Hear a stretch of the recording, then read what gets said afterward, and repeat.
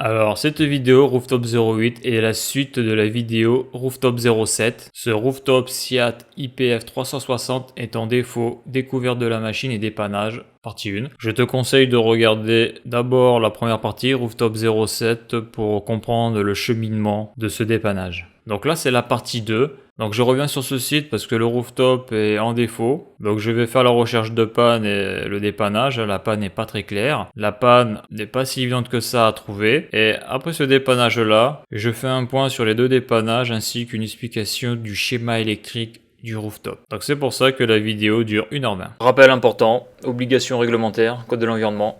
Pour intervenir sur un circuit frigorifique, il faut que l'entreprise soit titulaire de l'attestation de capacité et que l'intervenant soit titulaire de l'attestation à la manipulation des fuites frigorigènes. Le port des équipements de protection individuelle est nécessaire pour intervenir sur le circuit électrique et frigorifique. Donc là, je reviens sur ce petit rooftop Seat. Donc là, je reviens parce que j'étais venu là nettoyer les fils, tout le bordel, parce que je pétais en BP là. Donc là j'ai un collègue qui est intervenu parce qu'il est tombé en panne, il a fait des modifications, il a fait des trucs bizarres. Donc je vais voir un peu pourquoi il s'est mis en défaut. Donc les fils je les ai nettoyés à l'arrache quoi. Les fils je les ai nettoyés il y a un peu plus d'une semaine. Les fils sont morts, il faut les changer hein. Mais en attendant. Donc là moi ce que je vais faire. Voilà. Donc, ce qu'il appelle lui là thermique ventilateur intérieur, c'est sur la chaîne de sécurité là. Il y a une chaîne de sécurité là, donc il fait pas de distraction. D'ailleurs je me souviens plus c'était quoi là, faut que je regarde mes notes. Ouais, allez, j'ouvre. Donc là tu vois là je vais ouvrir voir la gueule des filtres que j'ai nettoyés, dans quel état ils sont. Bien, comme je l'ai dit c'est des filtres jetables. Donc tu vois ce qui est pourri là sur cette machine Seat là, donc Seat Space là, c'est que donc t'enlèves les vis là, mais là t'as pas de poignée là, t'as pas de poignée pour soulever le truc et pour l'enlever. T'as des rooftops, genre les inox que j'ai montré là, tu l'as ça. Donc déjà cette plaque de merde elle est vachement lourde, donc l'enlever c'est un peu galère, mais là, pour la remettre ça l'est encore plus. Donc faut faire attention. Mais c'est vrai que ça, moi je comprends pas là. Une petite poignée là, tranquille là, non. Bah non, démerde-toi. Pas bien. Bon les filtres, ça va, ça peut passer. Mais donc tu vois bien pourquoi là. Ces filtres là sont des filtres jetables parce que même en les lavant à l'eau, tu vois qu'il reste toujours de la merde à l'intérieur. Donc là j'ai ma sonde de reprise. Ça c'est le bordel là, pour l'air. Là le servomoteur. Là comme il n'y a plus de jus là, quand il n'y a pas de jus elle est en défaut là, la machine a fermé le registre d'air neuf. Bon écoute, je vais refermer cette plaque là et je vais voir le défaut et je vais la quitter. Quoique, attends, j'avais pas vu, mais il y a aussi deux sondes. Il y a deux sondes ici et une sonde là. Putain, il y a 3 sondes de température dans la même zone. Encore pratiquement dans la même zone. Donc tu vois là, j'ai le collègue là par rapport à la dernière vidéo. Si tu regardes par rapport à la dernière vidéo, ce sera sûrement la suite. Le mec il a mis 2 pressostats. Il a mis 2 pressostats. Donc là il y a quoi là? Il y a un pressostat BP là. Et là il y a un pressostat BP sur le circuit 1 sur le circuit 2. Donc la grosse connerie qu'il a faite à mon avis, donc c'est que le gazier là il a coupé, oh putain, il a coupé les fils. Les fils du pressostat BP. Donc ça serait BPCQ. Et là il a coupé là aussi là. Alors j'espère qu'il a contrôlé avant de couper ça. Donc ça je vais le voir, ça moi je vais le contrôler de suite, ça c'est des BPCQ ça. Ouais, alors ce que je comprends pas. Ouais, parce que ça c'est raccordé ici, parce que là tu vois là, ça c'est des prises de pression là. D'accord. Donc là moi si j'ai un problème sur mon circuit frigorifique là je suis niqué là. Je suis niqué parce que j'ai pas de. Donc là tu vois j'ai une prise de pression là. Mais dans cette putain de machine il n'y a pas de prise de pression, bordel de merde. Là si je veux brancher mon mano BP là, je fais comment là? Parce que là ici là t'as le compresseur là. Donc ça a l'air d'un scroll, mais il n'y a pas de vanne de service. Tu vois, c'est pour faire les économies ça. Donc c'est soudé, c'est brasé en direct. Donc là il n'y a pas de prise de pression là. Là j'ai la vanne 3 voies là, version de cycle. Là j'ai Donc là j'ai une prise, là je sais même pas s'il y a un shredder là-dedans, parce qu'il faut se méfier, des fois il y a des bouchons, mais il n'y a pas de shredder. Bon ça c'est facile à vérifier, il suffit de démonter, quoi, de dévisser, et si ça pisse c'est qu'il n'y a pas de shredder. Donc là ici là, ça a l'air d'être un capteur de pression. Alors je sais pas si c'est un capteur de pression ouais, PS 45 bars, parce que je sais que cette machine là, ouais, il y a 3 fils, donc ça a l'air d'être capteur sur la HP au niveau 0,10 volts, capteur analogique là. Donc moi sur la BP, moi ce qui m'intéresse c'est la BP là.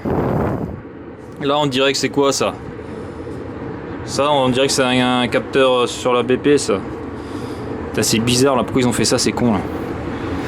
Donc voilà, donc il n'y a pas de prise. Il n'y a pas de prise sur la BP là. Oh, je vois pas de prise sur la BP là. Donc je fais comment pour mesurer la BP si j'ai pas de prise là? Parce que la prise elle est dans le... Elle est en haut là, au niveau du rooftop là. Mais là c'est une grosse connerie d'avoir fait ça, putain de merde. Parce que si j'ai un problème BP, mais là je fais comment là? Il aurait dû mettre sinon un T. Donc c'est là on revient toujours au même problème. Quand tu bosses dans des entreprises où avoir du matos c'est la galère, et ben tu vois des trucs comme ça, des trucs tout pourris là. Ça c'est de la merde ça. Bon après voilà, quand t'as pas le choix tu fais de la merde hein. Mais moi quand je vois ça là, ça m'amuse le cerveau quoi. D'ailleurs en plus je sais même pas comment il a fait pour purger le flexible. Mais voilà, donc là la mission là c'est de trouver une prise pour la BP là. Parce que attends là, s'il y a un shredder là, comment il a fait pour brancher ce truc là? Il a dû mettre un... On voit là, il y a une sorte d'adaptateur là. Parce que là-dedans il n'y a pas le petit truc qui appuie sur le shredder. Tu vois, si tu vois ce que je veux dire. Donc là je vais ouvrir à côté là. Donc là j'imagine que c'est le circuit 1, là ça va être le circuit 2. Donc là je rentre dans le roof. Top. Donc là pareil là, on voit là-bas qu'il y a 3 fils, c'est peut-être un capteur 0,10 volts ou 80 mAh, je sais pas. Donc là c'est pareil ça. Ça a l'air d'être un capteur aussi parce que je vois que c'est sur la BP là. Ouais, c'est sur la BP, là je vois que non c'est pas sur la BP, c'est sur... Ça dépend sur quel cycle on fonctionne quoi. Donc là c'est l'aspiration. Putain, il n'y a pas une putain de prise sur l'aspiration quoi. Là sur l'aspiration il n'y a rien. Là il n'y a rien. Il n'y a rien du tout. Voilà. Donc il y aurait une panne BP, mais à voir si c'est pas le capteur capteur qui déconne quoi, capteur de pression là. Donc on voit comment c'est fait les deux batteries là. Ok, donc en plus le schéma électrique je l'ai pas sur papier là, j'ai réussi à l'avoir mais je l'ai sur format électronique donc je peux le consulter que sur mon téléphone. Donc je sens que je vais galérer là.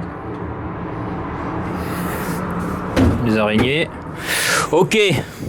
Donc là moi ce que je vais repérer là pour être sûr là, c'est les petits tuyaux en cuivre qui sortent là. Savoir on les voit là. Savoir où est-ce qu'ils sont piqués. Et ouais. Et ouais. Alors on le voit bien là. Là il y en a un qui est sur le refoulement du compresseur et l'autre qui est sur l'aspiration. Et donc c'est bien ici que je branche mon mano.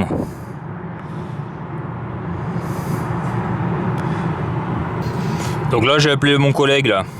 Donc il a viré ça parce que justement le problème de ça là, de ces merdes là, c'est un peu comme les Kixons. C'est que tu as pas marqué les valeurs là. Tu as marqué un code là, donc ACB 2UA 120W 061F 6144 Z030PL. Mais nous à la limite on s'en fout de ça quoi, on s'en bat les couilles de ça. Tout ce qui nous intéresse c'est la valeur de déclenchement. Déclenchement, enclenchement. Donc là on l'a pas ça. Donc lui pour valider son truc là, il a fait ça là. Parce que ça au moins tu vois la pression à peu près là, Q-chin diff. Le seul souci c'est qu'il aurait dû mettre un putain de T là pour pouvoir au moins brancher avec un shader pour pouvoir brancher son mano. Parce que ça là j'ai suivi le tuyau en cuivre, donc tu vois ça là. Ça là c'est une prise de pression, donc c'est un shader. Ça va sur la BP, tu vois. Le tuyau il passe là, il passe ici, là, blam, bam, et il est raccordé ici. Ici il va au milieu de la vanne 3 voies inversion de cycle. Donc là on est sur l'aspiration du compresseur. Là c'est l'aspiration du compresseur. Donc l'autre ici là c'est la HP. Donc la HP là il y a marqué TS. Ouais, moins 22 de 72 degrés Fahrenheit, mais ça on s'en fout ça. Nous on s'en fout, on veut des pressions. Donc là, le tuyau il va là et il est relié ici. Donc là on est sur la HP. Donc ici on a un capteur de pression là. C'est sûrement soit du 0,10 volts ou 420 mA, je sais pas. Donc là on est pris là sur la batterie. Il va sur la batterie ici là. Donc là si on est en mode froid, parce que là on est en mode froid, c'est l'été, donc ça sera le condenseur. Donc ici on sera en HP. Et donc celui-là là, qui se barre là-bas là, ça sera la BP celui-là. Celui-là ça sera la BP, mais là je vois qu'il n'y a pas de capteur de pression. Par contre ici là, ce que je comprends pas, c'est qu'ici on a un capteur là, il y a 3 fils. On est sur la...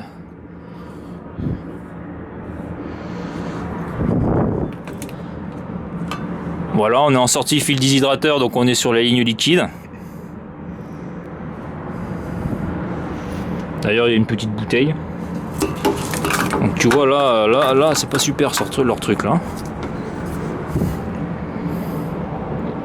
Voilà, donc suivant la version de cycle, on a des clapets anti-retour, des tendeurs thermostatiques, bon, etc.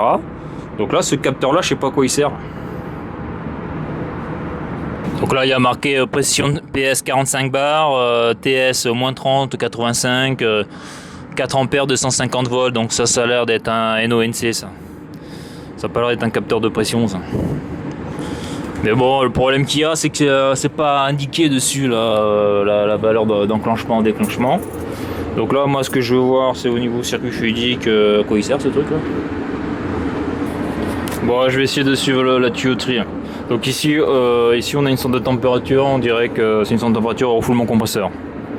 Donc ici on a une prise de pression là, donc ça va là où j'ai montré là au niveau du truc électrique là. Et ici on a l'aspiration, on a une prise de pression. Donc c'est là où on va brancher nos manos. Donc c'est les trucs que j'ai montré en haut là, les shredders là. Donc là le refoulement là, il va où là? Il va au milieu là, ici là, de la vanne 3 inversions de cycle. Donc là si je vais ici, donc là on a les capillaires là pour la bascule là. D'ailleurs c'est alimenté, c'est super chaud là. Donc la bobine là, elle est alimentée. Elle est alimentée. Donc là ce que je vois là, ici là on a le bulbe du détendeur thermostat qui est ici. Donc là ce gros tuyau là, on va à l'aspiration du compresseur. Donc ça c'est toujours facile. Donc là on est en mode froid. Donc ici là c'est dehors. Donc ça sera le condenseur ça. Donc en mode froid, donc là HP, je refoule ici, donc là je dois aller ici là. Je dois aller ici, le gros tuyau, j'arrive ici et là on voit les nappes là, tout le bordel là. Je vais dans le condenseur là. Donc après je sors en liquide. Quoi, les nappes, ouais, on voit le collecteur là, qui distribue là.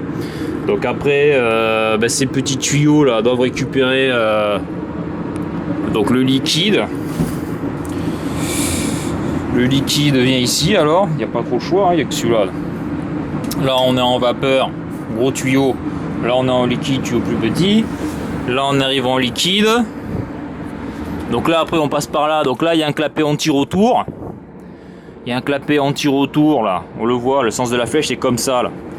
Donc là le détendeur je passe pas, je passe par le clapet anti-retour. Je vais dans le fil déshydrateur ici là. Donc du fil déshydrateur là, je passe ici là, donc je suis en liquide. Là je vais dans cette bouteille. C'est bizarre. Peut-être c'est pour faire varier le niveau de fluide, parce que ça c'est pas une bouteille anti-cool liquide, je pense pas. Bah je pense pas, non, c'est sûr, parce que on n'est pas sur l'aspiration là. On est sur la ligne liquide. Donc là je sors ici là. Je suis en liquide. Là le clapet anti-retour, le fluide il peut pas passer là, il est obligé de passer par le détendeur. Donc le détendeur qui est ici là. Parce que là la flèche du clapet anti-retour empêche le passage. Donc là je passe le détendeur, donc là je suis en détente là. Là j'ai la détente, là je fais du froid. Là je fais du froid. Donc là on le voit, le tuyau il est là-bas là.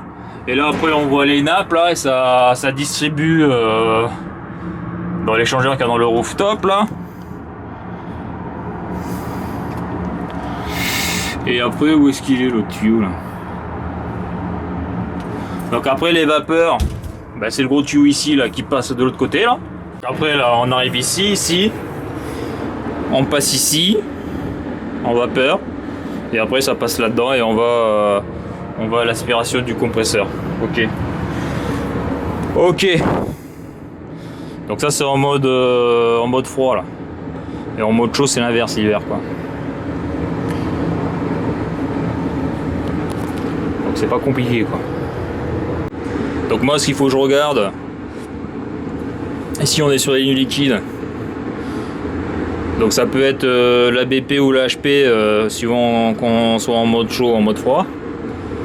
Ici on a un capteur là. Je sais pas pourquoi ils ont mis ce capteur là. Ici on est toujours en vapeur. Mais bon ça peut être la BP ou la HP suivant le cycle, hein, si on est en mode chaud ou en mode froid. Et donc moi sur la petite supervision, quoi, sur le petit affichage là, j'ai trouvé que la HP, j'ai pas trouvé la BP. Donc voici la télécommande SIAT. Donc là j'appuie là c'est rouge là, pour voir le défaut là. Donc là écran des alarmes, il me dit nombre d'armes actives 2, thermique, ventilateur. Thermique, ventilateur intérieur, alarme, basse pression, circuit 1. Donc là il marque thermique, ventilateur intérieur. Là il faut se méfier là parce que il y a aussi c'est pris sur la chaîne de sécurité de lui là, le pressostat d'air là. Donc si lui il déconne là, ça coupe le ventilateur et ça marche et ça marque ça. Donc ça c'est lui il est peut-être fatigué lui. Bon les fils sont fatigués aussi. Donc je vais voir, peut-être que je vais le chanter ça. Si ça déconne, le temps de le remplacer là. Voilà, par contre ce qui est plus grave c'est le BP circuit 1. Donc le circuit 1 c'est celui-là de gauche. Donc là le collègue me dit que la dernière fois qu'il est venu il avait chanté, donc je vais voir. Parce que si je le chante et il peut pas venir celui-là. Sauf si peut-être qu'il prend la pression avec un capteur BP et qui met en défaut la machine avant d'arriver sur le pressostat BPCQ. Donc là il faut bien marquer là, ces défauts là sur un papier parce qu'on a vite fait d'oublier. Donc là je vais le faire là et après je vais quitter le défaut. Car là comme tu peux le voir là, il marque thermique, ventilateur intérieur. Donc si le thermique avait pété, je peux avoir ce défaut là, mais là on voit que le thermique il est bien mis là. Là il y a un contact NO là, donc c'est pas ça le problème. Le problème c'est que c'est lui là. Là il y a marqué PC débit, je sais plus ce que ça veut dire ça. PC, c'est moi qui l'ai marqué en plus. Et PF, ouais, pressostat filtre et pressostat, je sais plus ce que ça veut dire. Bon en tout cas c'est peut-être, faut que je regarde, mais sur la chaîne de sécurité je sais qu'il y a le pressostat qui est pris en compte. Donc le thermique ventilateur c'est pas lui, ça c'est sûr. Donc là je vais fermer les deux portes là. Je vais le laisser tourner. Puis je vais aller bouffer. Et je vais voir s'il pète entre midi et 1h. Et je vais voir s'il pète entre midi et 1h. Donc là pour acquitter c'est pas compliqué, hein. Il faut cliquer là. Et après il faut laisser enfoncer. Voilà, j'ai acquitté. Donc après il y a des trucs programmation, consigne calculée, entrée-sortie. Voilà. Ce qui est intéressant c'est les entrées-sorties quoi. Donc là on voit les entrées numériques, les sorties numériques. Donc là si on n'a pas de documentation on peut se toucher, hein. On voit qu'on a la température ambiante, reprise, extérieure, soufflage, mélange, super. Là on voit qu'on a la température, qu'est-ce que c'est là? Là on voit que les compresseurs sont pas partis parce qu'on a la tempo. Là on voit batterie extérieure 14,7 bars. Batterie extérieure 15,4 bars.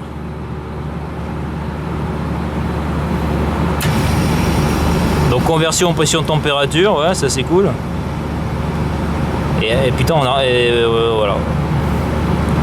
Et on n'a rien sur la BP. C'est ça qui est pourri sur cette machine là, c'est qu'il n'y a pas de. Ils n'ont pas foutu de capteur de pression sur la BP quoi. Donc là je vais aller bouffer comme j'ai dit, je vais contrôler là, ça, voir si c'est vraiment mort. Ça m'étonnerait mais on va voir. Et puis voilà.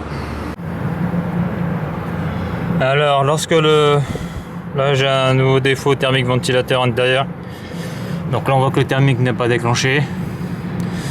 Donc c'est là on a le pressostat différentiel pour les filtres et là pour la turbine ça c'est.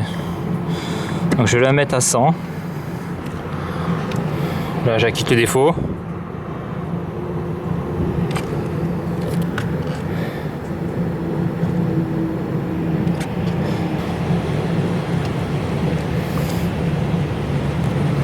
Donc là il n'y a plus de défaut.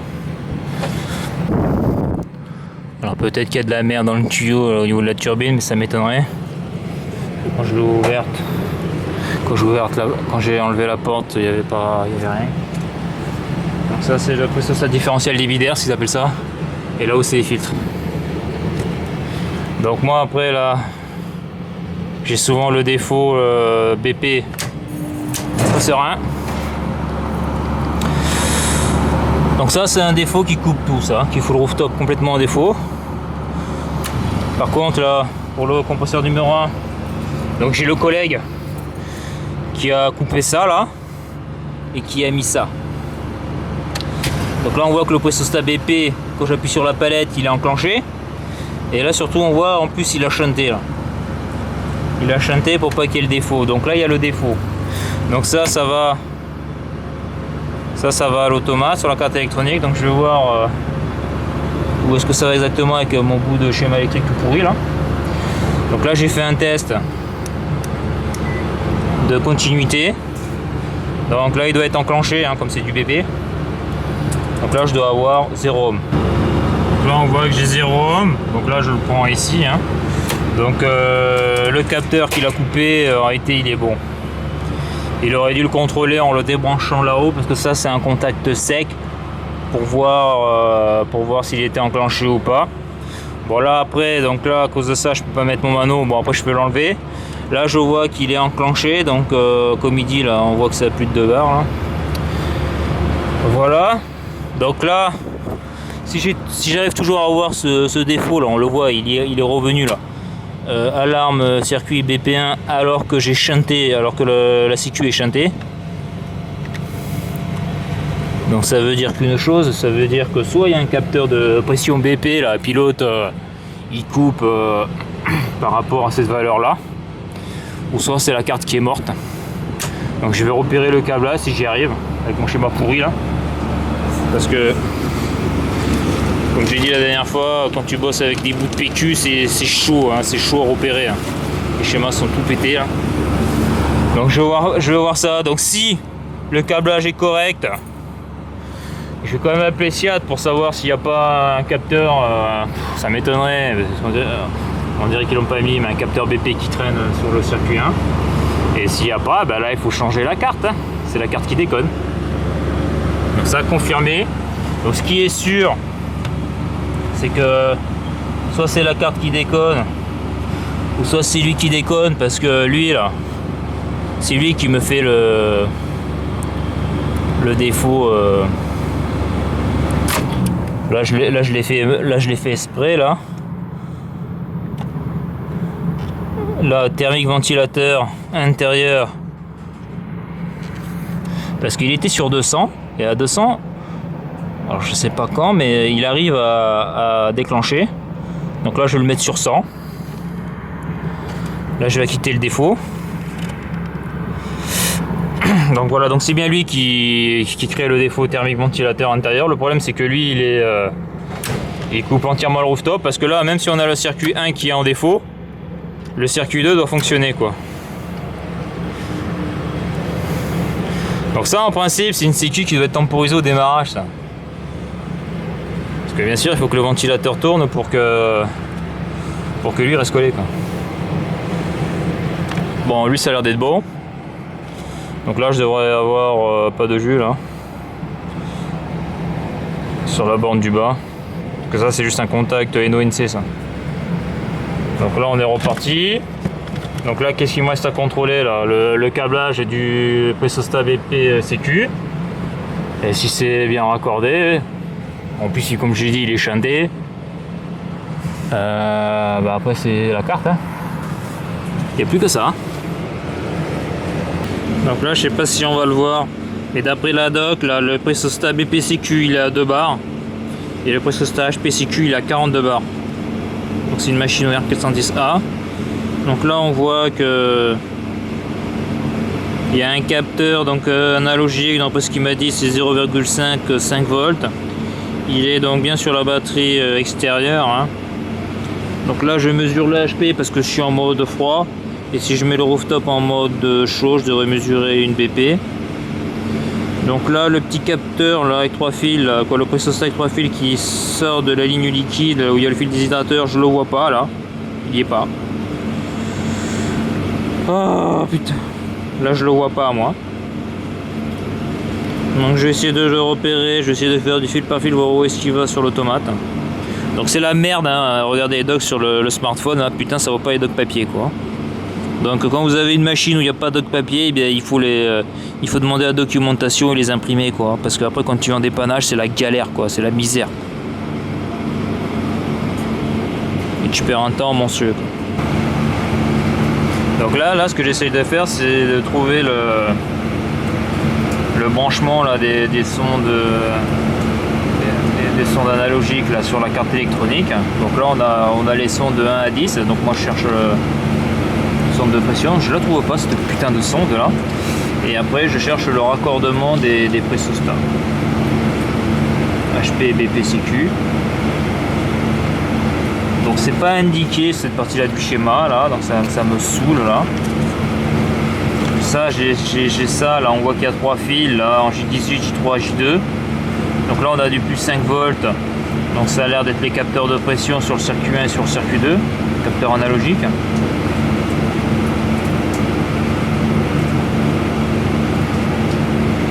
Donc leur schéma n'est pas clair. Donc je vais faire du fil par fil, ça ira plus vite. Voir où est-ce que c'est raccordé sur la carte électronique. Alors le presostat du BP1, bon c'est un NC, il a 2 barres, il est branché sur ID3. Donc, je vais aller faire un tour là-bas, je vais voir combien je mesure. Donc là mon collègue a chanté, donc là je devrais avoir en ID3 230 volts. Donc si j'ai 230 volts et si la carte électronique m'affiche le défaut, bien c'est la carte qui est morte. Donc là en plus on voit que sur la carte électronique, tu vois, c'est même pas repéré là. Donc là en bas là, la première prise du bas ça serait J1, après on passerait sur J2, après on serait sur J3. Donc là il faudrait regarder sur J4. J4 ça serait ici là. Et ça serait la prise 1, 2, 3.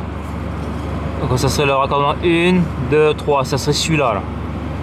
Et là il y a marqué D13. D13. Alors que sur mon plan il y a marqué ID3. C'est là où j'ai mis le petit marquage bleu là. Donc là sans déconner ils auraient pu repérer un peu mieux là. Hein, parce que là moi je vois D13 là. Je vois pas ID3 moi. Ouais, ou alors il faut lire ID. Putain, comment c'est mal écrit, putain. Ou alors ouais, il faut lire DI3. Ouais, à l'envers ça fait DI3, ouais. Bah je crois. Ouais, c'est ça. Putain, ça va. Ok. Lorsque je mesure terre, ici la GND là, ID3 là, DI3, j'ai 10 volts en courant continu. Je pensais qu'ils envoyaient du 230. Donc je regardais ça sur le plan là si c'est normal, mais en tout cas là j'ai du 230, j'ai une entrée à 10 volts donc elle est à 1, donc je devrais pas avoir ce défaut là. Je vais voir après là à un moment donné on a ça là, entrée numérique, sortie numérique, donc moi c'est l'entrée numérique là. Le problème c'est qu'il y a marqué 1, 2, 3, 4, 5, 6, 7, 8, 9 et CAA, CC, CA, CC, je sais pas à quoi ça correspond. Parce que sur la doc pour le moment j'ai pas trop c'est pas trop explicite. Et donc je vais débrancher là, le ID3 voir ce que ça fait là. C'est très intéressant. Donc là j'ai débranché le fil là. Lorsque je mesure vert jaune et ID3 j'ai 10 volts donc on continue. Par contre si je fais vert jaune là, donc une main ça va être chaud à montrer mais ça va être impossible. Là je le fais là Là j'ai 0 volt là. Là j'ai 0 volt. Donc là le retour de jus se fait pas. Si ça se fait pas, c'est que la lime ne vient pas là. Donc comme c'est un peu le Bronx là. Voilà, là je sais pas ce qu'il a fait le gars, mais là à mon avis il a dû se planter sur les borniers là. Donc il faut que je repère où est la lime. C'est clair que s'il n'y a pas le retour, donc là je vois que la carte électronique ne voit pas le retour de la ligne qui passe par le prestostat BP Sécu. Donc c'est pour ça que ça marche pas. Donc là il va falloir que j'explore un petit peu, savoir où est-ce que c'est coupé, voilà quoi. Donc comme quoi, hein, lorsqu'on veut contrôler une tension, on va voir si le jus passe à travers un prestostat, il faut toujours débrancher quoi. Parce que là la carte elle me fournit du 10 volts. Ouais, j'ai une tension de 10 volts, donc on continue entre la terre, la GND et puis la borne ID3. Mais là tu vois que c'est un schéma de merde parce que là on voit le sens des flèches, là on voit que ce serait un truc, comment je vais dire ça, il n'y a pas vraiment d'alimentation, c'est un peu ce qu'on voit dans les régulateurs là, lorsqu'on a un contact, une entrée digitale. Là on voit que donc ça c'est les entrées numériques, c'est-à-dire tout ou rien de l'automate, mais on voit qu'en J16 il y a un fil là, qui passe là. Donc IDC2, donc j'ai l'impression que ça serait une sorte d'alimentation, donc le sens de la flèche devrait être plutôt de l'autre côté, ça sort pour après rentrer. Et là on voit qu'il y a un pont là, il y a une borne en 5, IDC1, on voit que ce serait une sorte d'alim pour les entrées numériques 7, 6, 5, 4, 3, 2, 1.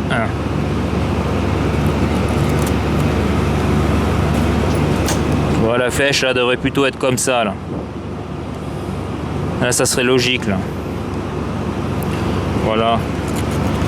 Donc là, si je fais un pont entre IDC1 et ID3 au niveau de la borne, là je devrais plus avoir le défaut prestostat BP Sécu. Donc après moi il faut que je trouve le commun de ce truc là. Savoir où est-ce que ça raccordé. Bon ben j'ai l'air d'avoir trouvé la panne. Donc là j'ai 1, 2, 3, 4, 5, 6, j'ai C. Donc j'ai du C, entrée numérique, ça va retenir. Là j'ai fait mon pont là. Donc c'est bien ça, hein. Donc j'envoie le IDC1 sur ID3. Donc c'est le BP Sécu circuit 1. Donc là j'ai plus de défaut. Là je vais enlever mon pont. Là je l'enlève. Et là je vais avoir un défaut, voilà. En 3 je suis passé en A. Et là il va péter là. BP Sécu. Donc lorsque le 3 est en A, je sais pas ce que ça veut dire A. Ça veut dire qu'il n'y a pas le retour. Donc là il doit y avoir une petite tempo là.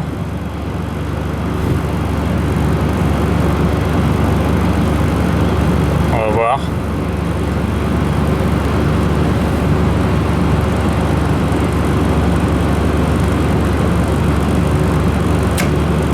Voilà, là il s'est mis en défaut, pression circuit A, ok. Donc la panne elle est là quoi. Donc sûrement donc là après le 2 s'est coupé. Donc là voyons si je remets mon conducteur sur ID1.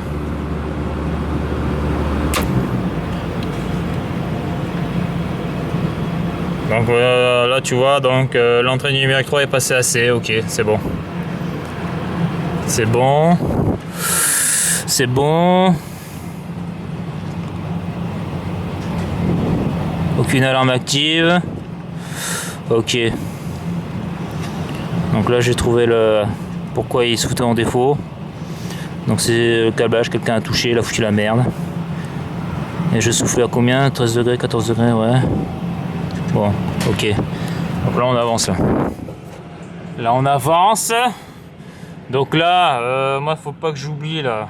Je vais me le marquer sur mon cahier que l'entrée numérique 3A c'est le prestostat BP Sécu du compresseur 1 du circuit 1. Et il va falloir que je fasse du fil par fil pour savoir pourquoi lui là il a pas ID3.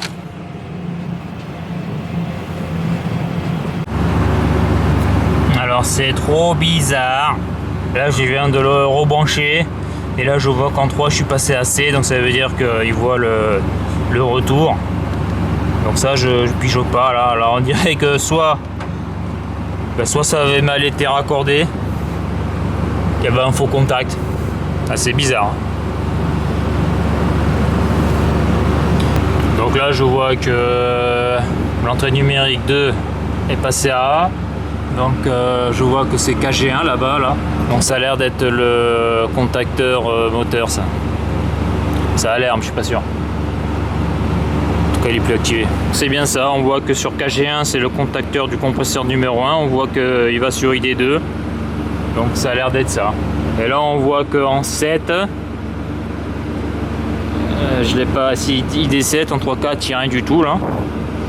On voit qu'en ID6 on est sur 1. Donc ça c'est le, ça c'est les filtres ça. ID5 on est sur 1. Donc sa chaîne de sécurité. ID4, je crois que c'est les ventilos. On est sur 1, ouais. Ouais mais c'est, donc c'est ça alors. Hein. Les entrées numériques 1, 2, 3, 4, 5, 6, 7, 8, 9. Et bien c'est ça. On le voit là. 1, 2, 3, 4, 5, 6, 7, 8, 9, c'est ça. Par contre il y a le 10 là, on le voit pas le 10 là. Ça c'est les sorties numériques. Donc sortie numérique, il y a I, il y a O, donc il y en a un c'est à 1 et l'autre c'est à 0 quoi. Ouais bah ça doit être ça, hein. I c'est 1. Ok. Oh mais on découvre, là il s'est remis en marche le compresseur numéro 1. Donc c'est ça. C'est bien ça. On a bien ID2 qui a 1. Donc ok c'est bon, donc là j'ai plus de défauts. Donc le problème qu'il y avait alors, de ce que je vois, c'est le... Donc il y avait le problème, c'est celui-là, là, défaut thermique ventilateur là. Donc j'ai foutu à 100 pascal et tous les fils sont baisés alors. Il faut les changer. Et là, le problème compresseur BPCQ, c'est qu'il y avait un mauvais contact sur le raccordement du bornier là-haut. Là le Colex, tout ce qu'il a fait là, ça servait à rien quoi. Ça servait à rien parce que lui il est passant, donc en plus il ouvre à 2 bars, donc 2 bars sur du 410 c'est pas grand chose. Sur la BP. Donc là il a chanté là, je pense que je vais le décabler là. Je vais le mettre ici là. Et là je vais enlever cette merde là et je vais y foutre mon mano pour mesurer la BP. Voilà. D'ailleurs j'ai pas fait gaffe tout à l'heure s'il y avait un voyant saignant liquide, mais je pense qu'il n'y en a pas cette machine.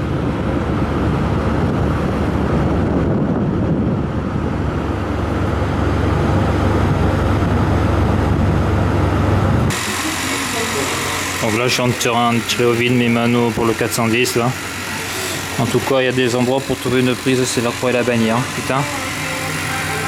Tu vois l'endroit où il faut aller pour brancher une putain de pompe à vide. C'est là où tu vois que sur ces putains de rooftop, ça devrait être obligatoire de foutre une prise. Parce qu'après là toi t'es comme un con là, t'as rien pour te raccorder là, c'est bon quoi. Bon, voilà. Voilà, donc j'ai fermé tout ça. Donc là j'ai mis un domino. Là je constate que il est passant, donc c'est bon. Maintenant je vais le débrancher ici. Donc en le débranchant là, ça devrait se mettre en défaut. Et je vais le raccorder là. Comme ça après je vais pouvoir virer ça là. Mais là à mon avis là, putain ça me fait chier là. J'ai m'a dit qu'il y avait un shader, donc si je le démonte là ça va gicler un peu, mais je suis obligé là, c'est pas le choix là. Il aurait jamais dû mettre un truc comme ça sans mettre un T ou un truc, parce que là ça c'est fait pour brancher ses manos, ça c'est pas fait pour brancher des prises Sostas, parce que c'est le seul endroit où on peut brancher son putain de mano. Il n'y a pas d'autoprise sur la machine. Après qu'est-ce que tu veux dépanner si tu connais pas la valeur de pression, vu qu'il n'y a pas de capteur BP sur cette putain de machine. Donc aussi si je veux mesurer la BP, il faut que je la mette en mode chaud, mais là c'est l'été, donc en mode chaud c'est impossible. Il fait trop chaud à l'extérieur. Tu vois ça là, alors tu vois ça, je viens de le défaire à la main et ça n'a rien giclé. Donc là on le voit, le truc au milieu là, je sais plus comment ça s'appelle là. Donc c'est ça qui appuie sur le shredder. Parce que là on le voit là, tu vois il y a un shredder. Et là, après là il a mis le flexible. C'est pas con hein, comme système. Donc là on voit que le compresseur en tourne. Donc là je vais pouvoir brancher mon mano que j'ai tiré au vide exprès là. Ouais, parce que je rappelle, les chasses sont interdites, hein, donc on est beaucoup de fréguistes à faire des chasses parce que, comme tu peux le voir là, sur ces machines de merde là, il n'y a pas de prise. Donc sur les toits, il n'y a pas de prise non plus. Donc tu vois, moi, comme je le dis, là, ça va être obligatoire de foutre des prises. sur ces putains de machines. Donc là tu me diras, ici là, on a une alimentation triphasée, il n'y a pas de neutre, hein. Le neutre il est créé là-bas, là, je sais pas où, là, je crois qu'il y a un transfo quelque part. Là, sur un 4, ouais. Bah, là il y a un transfo là. 400 230 volts. Voilà. Et qu'est-ce que je veux dire d'autre, ouais, bah rien. Voilà, donc là je vais brancher mon mano. Donc là on voit que j'évapore à moins 5 degrés. Je suis en dessous de 0 degré.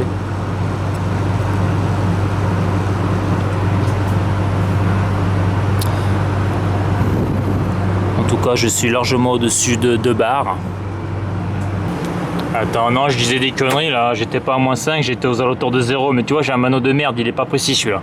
C'est pour ça que quand tu fais du R410A, il vaut mieux avoir des manos électroniques là. Donc je suis à 0, c'est à peu près bon. Donc là, j'ai débranché les fils, donc ça c'est du courant faible, il n'y a rien du tout là. Donc je suis bien en défaut. Hein, on le voit là. Le 3 là, entrain numérique 3, j'ai le défaut. Ok, donc ça nickel. Donc maintenant je vais le raccorder. Donc là je vais mettre des embouts. Je vais mettre des embouts là et je vais le raccorder là où il doit être raccordé. Car au moins là tu vois je peux brancher mon mano. Donc là je l'ai raccordé. Par contre moi je mets pas de boîte de dérivation parce que ça c'est de la merde ça. Hein. Parce que là je l'ai dit, c'est même pas, il n'y a même pas du 1 volt là-dedans. Je sais pas combien il y a mais j'ai rien mesuré sur mon testeur là. Donc là ouais on évapore à 0 bar. Donc là il s'est réarmé automatiquement. C'est normal, hein, c'est un BPCQ. BPCQ ça réarme automatiquement. Là si je clique, aucun défaut actif, ça c'est bon. Là si je me mets sur entrée, c'est important ça, les entrées sorties là. Là je vois quand c'est le BPCQ il est bon, du circuit 1, donc là on est bon là. Donc ce qui me foutait vraiment en défaut la machine c'est lui là. Mais ça j'ai déjà signalé ça, les fils sont niqués là. Alors quand je dis ça, c'est parce que bon, j'étais avec le gars du SAV Siat, là il m'a embrouillé le cerveau. Donc je vais en parler plus loin dans la vidéo. Mais à un moment donné, on s'est posé la question, donc pourquoi ce pressostat différentiel déclenché, sachant que le moteur tourne? Eh bien le gars a émis l'hypothèse que c'était peut-être dû, comme j'évapore à moins 6, à une prise en glace de la batterie intérieure. Donc le seul truc qu'il faut savoir, c'est que si la batterie est prise en glace au niveau du pressostat différentiel des filtres, la delta P va méchamment augmenter.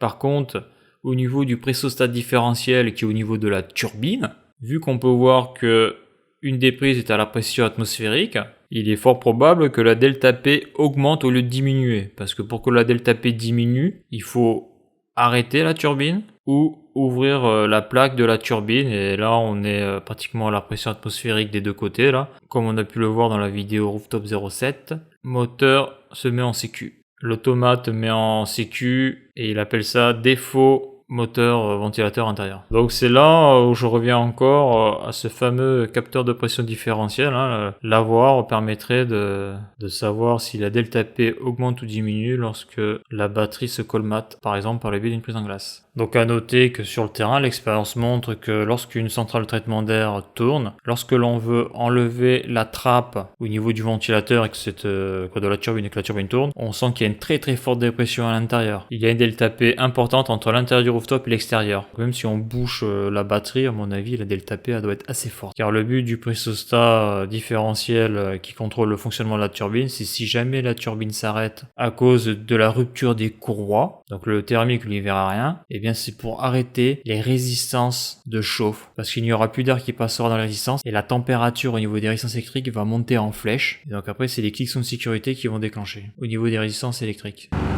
Donc là après je vais faire un test avec le pressostat des fils, parce que ça c'est le pressostat différentiel d'air qu'il y a sur la turbine. Mais tu vois là quand tu es un professionnel, bon là où je suis c'est pas possible, mais quand tu es un professionnel ou si tu es à ton compte, et si tu dois faire du rooftop, il faut que tu t'achètes les manos différentiels électroniques. Ça, on l'utilise, on voit souvent les mecs qui font une mise en service de brûleur, ils l'ont ça. Donc tu vois, tu débranches ça là, tu le mets sur ton mano électronique différentiel là, avec AT, tout ça. Comme ça, tu peux mesurer vraiment la delta P Donc là, la delta P, on raisonne en pascal, donc c'est des mesures hyper faibles. Donc moi je l'ai baissé à 100 pascal, mais tu vois, je travaille peut-être à l'arrache, peut-être que le capteur là, peut-être que le processeur différentiel il est mort, tu vois. Mais ça, j'ai pas d'appareil de mesure pour le contrôler, ça. Parce que là où je suis, j'ai pas ce type de matériel. Parce qu'on travaille un peu à l'arrache. Parce que ça coûte trop cher. Donc le problème, c'est quand tu fais certains dépannages, tu as besoin de certains types de matériel. Donc là, tout le monde est parti, là. Donc là, il y a tout qui fonctionne. Là, j'évapore vers -2. Je suis curieux de savoir combien j'évapore sur le circuit numéro 2. Donc là, par contre, ce que je peux regarder, là, c'est la valeur de HP du circuit 1. Donc on voit que je souffle à 6 degrés, donc ça, c'est pas mal, ça. Donc circuit 1, je suis à 26 bars. Circuit 2, je suis à 20 bars. Ça, c'est bizarre, ça. 26 bars, 23 bars. Donc je vais faire la même chose sur le circuit numéro 2. Hein.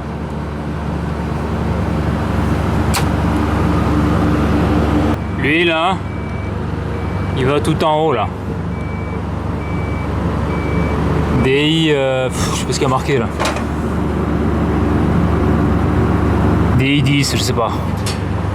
C'est pas clair. Je vais regarder sur le schéma électrique. Donc là sur le circuit 1, donc c'était ID3. Donc là ça a l'air d'être ID9. ID9 qui serait là-haut. Donc si je le débranche, je devrais avoir au défaut compresseur 2. Donc je vais le faire tout de suite, je vais faire le test. Donc là j'ai dévissé. Et là si je l'enlève, donc il est sur ID8. C'est bizarre. Là ça serait le 8. Donc on va voir le défaut qu'il crée.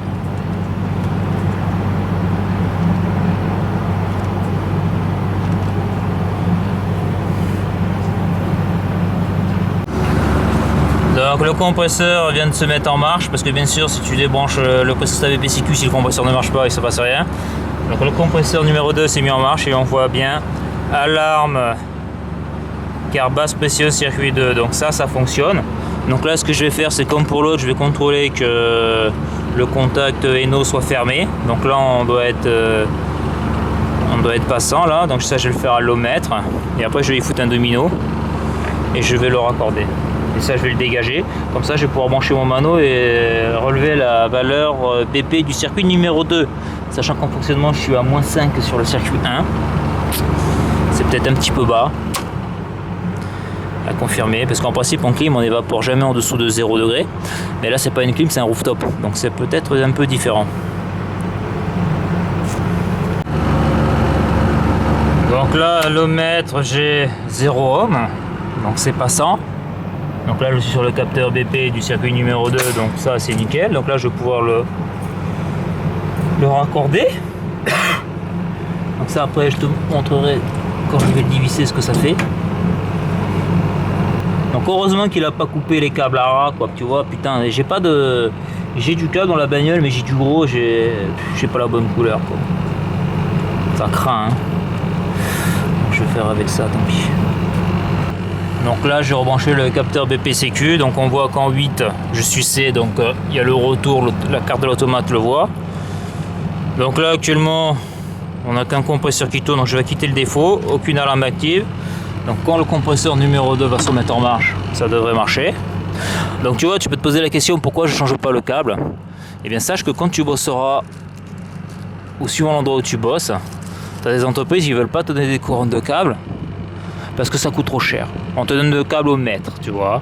Ce qui fait que ben, quand tu n'as plus de câble, ben, voilà, tu fais ce que je fais là, tu fais de la merde.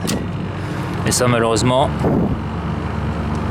quand tu es en CDI et que tu t'es planté de boîte, et ben après, et ben, il faut démissionner, tu vois. C'est ce que je suis en train de faire actuellement là, pour aller voir ailleurs. Mais sinon tu bosses comme ça, tu vois. Tu fais de la merde. Parce qu'on te casse les couilles pour 3 bouts de câble. Donc ça c'est beau. Ça c'est beau. Ça, le 1 et le 2 tournent. Donc là il n'y a plus de défaut. Donc là je me refous sur les entrées là, de la carte là. Ok, donc ça c'est bon. Donc ça là je vais l'enlever là. Donc il faut le dévisser comme ça là. Faut aller vite, tu vois. Donc j'ai oublié le nom de ce truc là qui appuie, c'est un nom, je me souviens plus là. Donc le shredder c'est bien fermé, tout ça, nickel. Donc voilà, hein. Donc tu vois, ça sert à rien de mettre un pressostat BP si le pressostat CQ fonctionne, tu vois. Donc il est réglé à 2 bars, d'après ce que j'ai pu lire sur la doc. Donc là, ce que je vais faire maintenant là, c'est brancher mon mano BP ici là. Donc tu vois aussi l'intérêt d'avoir deux paires de manos, quoi. Ça peut être vachement utile, tu vois, quand tu veux comparer des circuits en temps réel. Donc là on voit que j'évapore à... Donc je suis à 6 bars. Ouais, je suis à -4, je vais le marquer sur mon cahier. Parce que là je tourne. Je suis à 6 bars. Et par contre je dois souffler à... Je souffle à 6 degrés, 6,5 degrés. Donc là, ce que je vais faire, c'est le débrancher. Donc là, comme je te l'ai dit, là, je suis à 6 bars. Moi, je lis -5, -6. Donc là, je ferme ici. Voilà. Donc là, je vais pas me brancher sur le HP. Là, il faut des raccords rapides parce que le HP, ça gicle sur le 410. Tu vois, tu as de la pression. T'as peut-être là actuellement là 25 bars. Donc quand tu te branches dans les raccords rapides, ça gicle de partout, tu en mets partout, c'est dégueulasse. Bon, par contre, quand je dis raccord rapide, c'est ceux avec la petite molette là, ceux que tu tournes et qui appuient sur le shredder. Les autres là, c'est de la merde, ça pisse toujours, ça fuit là. Les raccords rapides de bas, c'est de la grosse merde. Donc là, je vais le raccorder, mais là, il me faut les deux mains, les deux bras. Donc là, ça y est, là, je viens de le raccorder là. Les deux compresseurs tournent. Et sur l'autre, le circuit numéro 2, je suis aussi à 6 bars. -5 degrés, donc ça a l'air d'être correct. Hein. Donc je dois toujours souffler à 6 degrés au soufflage. Température ambiante 22,6, température de reprise 25,4, température extérieure 24,3, température de mélange 23,8. Donc moi ça j'ai pas touché au réglage de la machine. Là on voit que le compresseur 1 au refoulement je suis à 60 degrés. Sur l'HP je suis à 22 bars. Compresseur 2 au refoulement je suis à 64 degrés et sur l'HP je suis à 20 bars. Enfin, sur l'HP, sur le capteur de pression qu'il y a sur la tuyauterie là, comme j'ai montré sur le schéma là. Donc quand je suis en froid je mesure l'HP et quand je suis en chaud je mesure la BP. D'après ce que j'ai pu voir sur le schéma physique. Là j'ai un compresseur qui s'est arrêté là. Donc le numéro 1 s'est arrêté, je tourne sur le 2. Donc sur le 2 là j'évapore un peu plus haut là, je suis à -2, -3. Et là sur le soufflage je suis à 10,7. Donc je souffle avec une température plus élevée. Bon ça semble assez logique.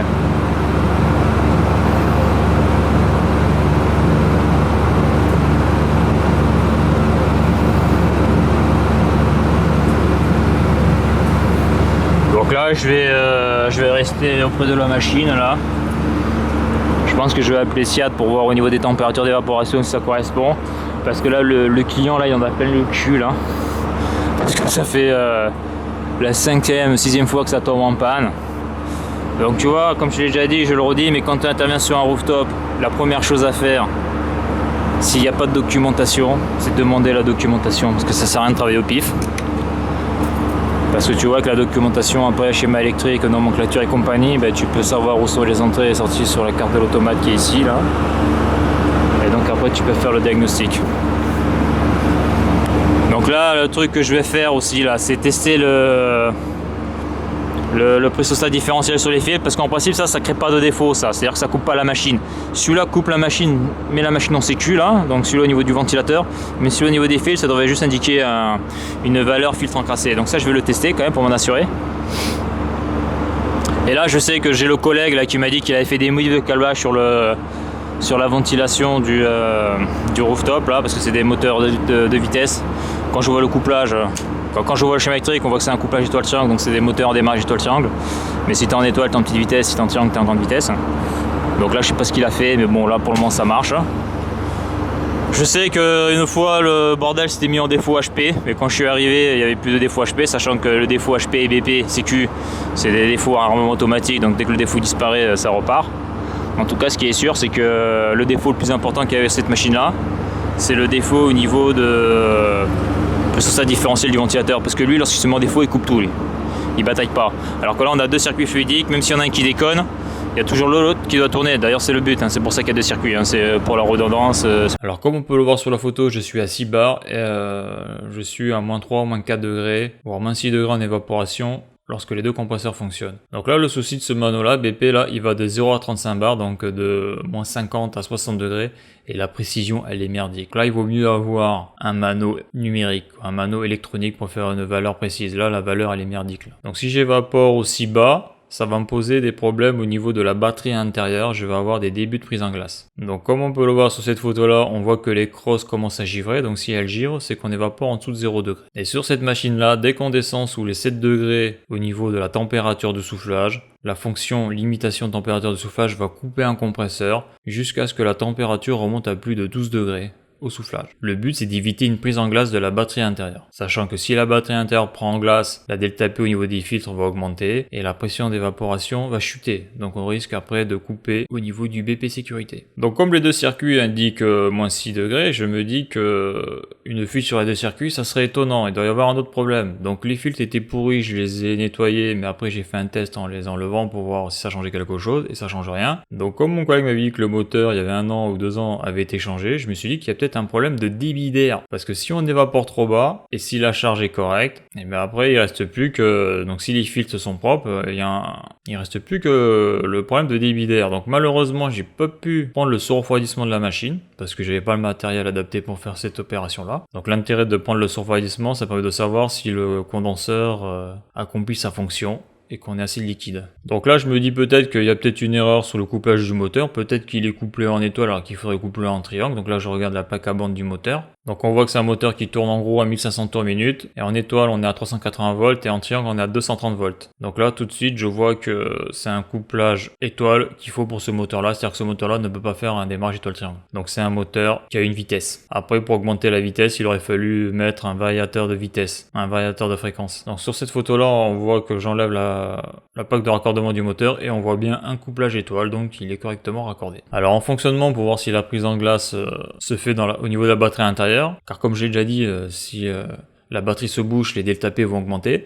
Et donc l'appareil que je parlais dans la vidéo, le capteur de pression différentielle, donc là vous en avez deux sur la photo, donc ils sont à droite. C'est avec ça qu'on mesure les delta P sur l'air. Donc là on peut les voir sur une chaudière, et là ils sont raccordés sur un brûleur gaz. Donc ils servent à mesurer les delta P sur la tête de combustion du brûleur et sur la rampe gaz. Donc voilà à quoi ça ressemble. Donc là c'est la marque Ecom DP. Donc il y en a des moins chers sur le marché, hein. Donc là ça serait du haut de gamme là, hein. Ecom c'est du haut de gamme. Et donc ça appartient à un sous-traitant qui est artisan, qui a son compte et qui fait les mises en service de brûleur pour un constructeur. Donc on peut voir que le gars il est méchamment outillé quoi. Donc ça il en faudrait au moins un en appareil collectif ou pire, hein, parce que c'est vrai que ça permet de faire marcher la machine avec tous ses carters, et donc de prendre un flexible et de prendre un tube là, qui rentre dans la machine, de mettre un T pour qu'il soit raccordé sur le pressostat différentiel, et ça permet donc de le mettre en parallèle quelque part, et de mesurer la delta P réelle en fonctionnement. Donc ça c'est un truc à avoir ça. Donc ça c'est vraiment un appareil de mesure à avoir absolument, ça qu'on fait de la centrale de traitement d'air, du rooftop ou du brûleur. Ça peut beaucoup aider dans le diagnostic. Donc là on peut voir l'intérieur de la machine au niveau du circuit fluidique 1, donc c'est le compresseur 1, donc on voit un peu comment c'est fait. On remarquera qu'il n'y a pas de vente de service sur ce type de machine là. C'est pas comme en foire commercial,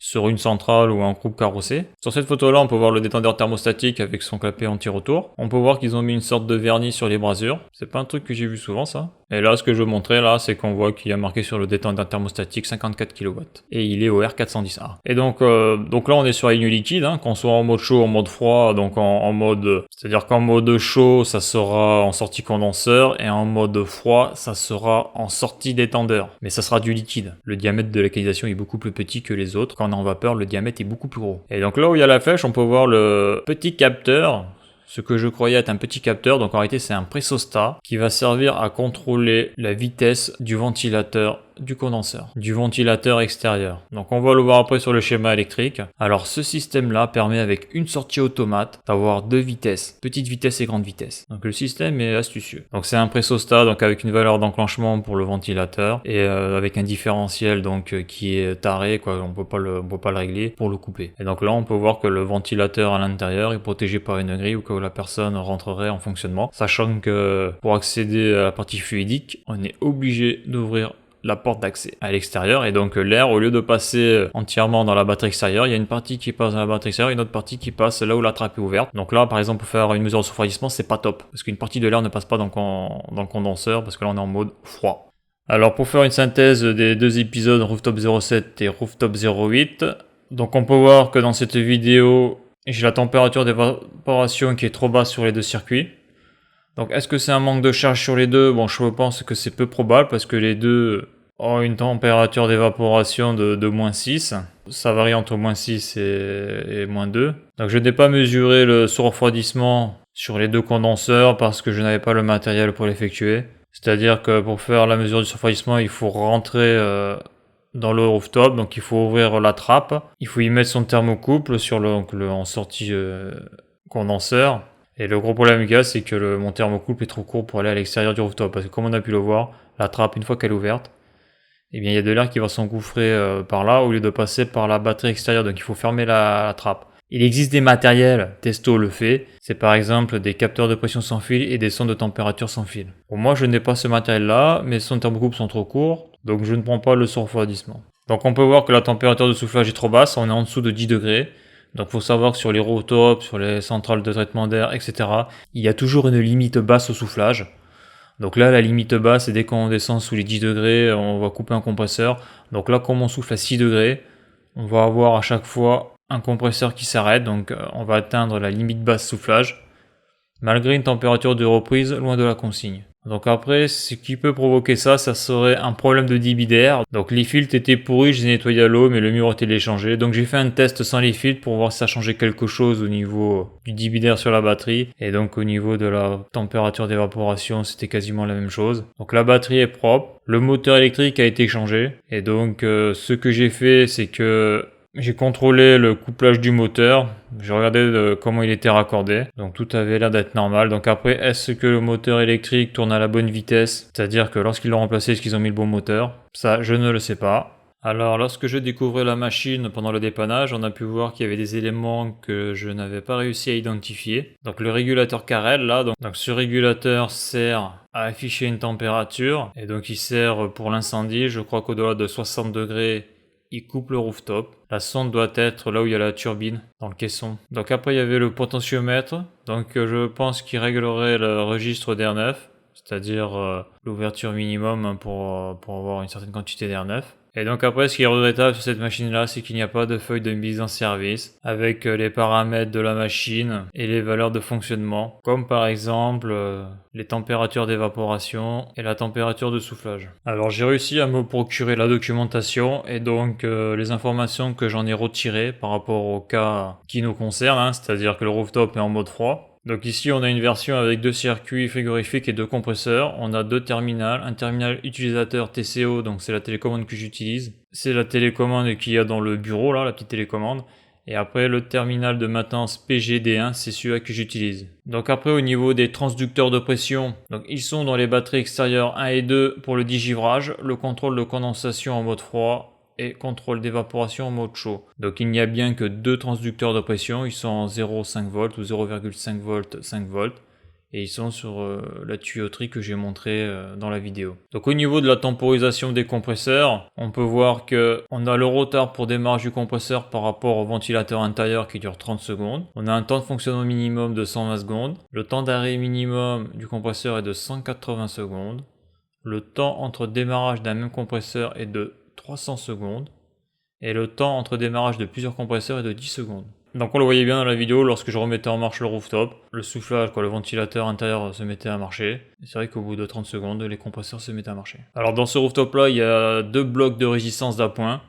Donc elles peuvent servir aussi pendant le digivrage en mode chaud pour un appoint de chaleur. Donc sur la régulation de la température de soufflage, en mode froid, si la température de soufflage descend en dessous de 12 degrés Celsius, consigne de soufflage de 7 degrés avec un différentiel de 5 degrés, les compresseurs s'éteignent progressivement jusqu'à atteindre 7 degrés pour éviter une température de soufflage excessivement basse. Donc là, c'est ce qui m'arrive sur ce rooftop là. Lorsque les 2 compresseurs marchent, on souffle à 6,5 degrés, c'est-à-dire que il y a un compresseur qui s'arrête, et dès qu'il s'arrête, on remonte à plus de 12 degrés. Et dès qu'on dépasse les 12 degrés, il se remet en marche. Donc ça serait probablement dû à un problème de débit d'air, comme je l'ai dit juste avant. Donc on a une 24 voies en version de cycle. Lorsqu'elle est sous tension, on est en mode froid ou en dégivrage. Donc ça c'est lorsque l'on est en mode chaud. Donc en dégivrage, donc en mode chaud, donc le dégivrage je vais en parler parce que c'est intéressant. Donc c'est qu'en mode chaud l'hiver.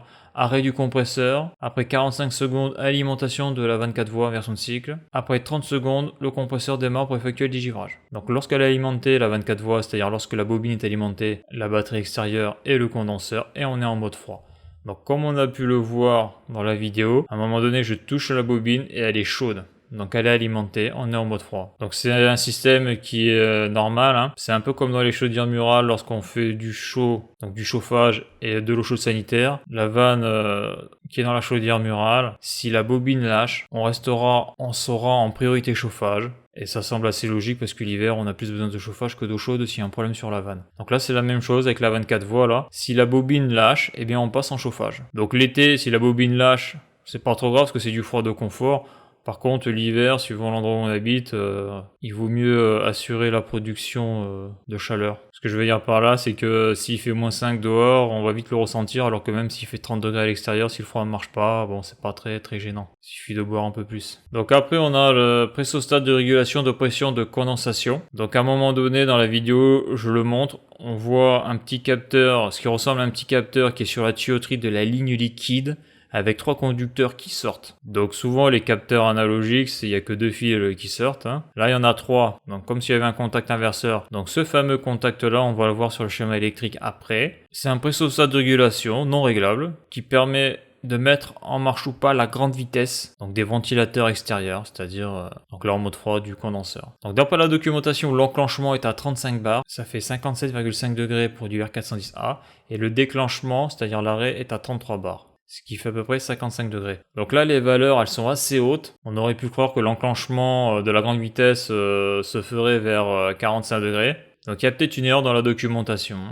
Là, c'est pas très clair. Alors après, on a le pressostat HP sécurité. Donc au niveau de la sécurité HP, donc il y a 2 processus, hein. Il y a la sonde analogique qui mesure une pression, et après on a le pressostat HP sécurité. Donc c'est pour ça que je marque elle s'effectue grâce aux entrées numériques et analogiques. Donc le défaut est à 41 bars, donc c'est 65 degrés sur le R410A. Ça veut dire que pour la faire tomber en HP sécu, il faut la pousser jusqu'à 41 bars. Et la disparition du défaut se fait à 30 bars aux alentours de 50 degrés Celsius. La réinitiation est automatique, mais passe en réinitiation manuelle lorsque 4 défauts se produisent en 30 minutes. Donc ça c'est un paramètre qui est réglable par le biais de la Pocket. Donc moi à un moment donné, quand j'étais venu, là on le voit dans la vidéo, j'avais un défaut HPCQ. Donc ça voudrait dire que la machine est montée à 41 bars. Donc ça voudrait dire aussi qu'il y a un problème sur les vitesses du ventilateur. Donc ça j'en parlerai plus avec le schéma électrique pour que ça soit plus clair. Car comme je l'ai dit, j'ai un collègue qui avait trafiqué la commande des ventilateurs extérieurs. Donc après au niveau sécurité, donc pressostat BP sécurité. Donc le pressostat BPCQ il a 2 bars. Donc c'est moins 27 degrés Celsius. Et la sécurité donc il se enclenche aux alentours de 4 bars, soit moins 14 degrés Celsius. Donc d'après ce que j'ai pu lire, suivant les rooftops, il y en a qui ont des centres de température en plus des capteurs de pression. Donc en mode froid, l'alarme on est à moins 10 degrés.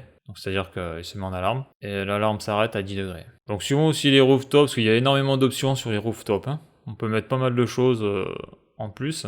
Donc là il y a une option sécurité anti-givre. Car le problème lorsque l'on est en mode froid, donc la batterie est à l'intérieur du rooftop, celle qui transmet, donc celle qui absorbe la chaleur de l'ambiance. Et bien si on évapore en dessous de 0 degré, on va faire du givre, on va commencer à faire de la glace. Donc il y a un transducteur de pression sur la batterie intérieure. Donc ça c'est en option, parce qu'on peut avoir un transducteur de pression sur la batterie intérieure, donc c'est un capteur de pression.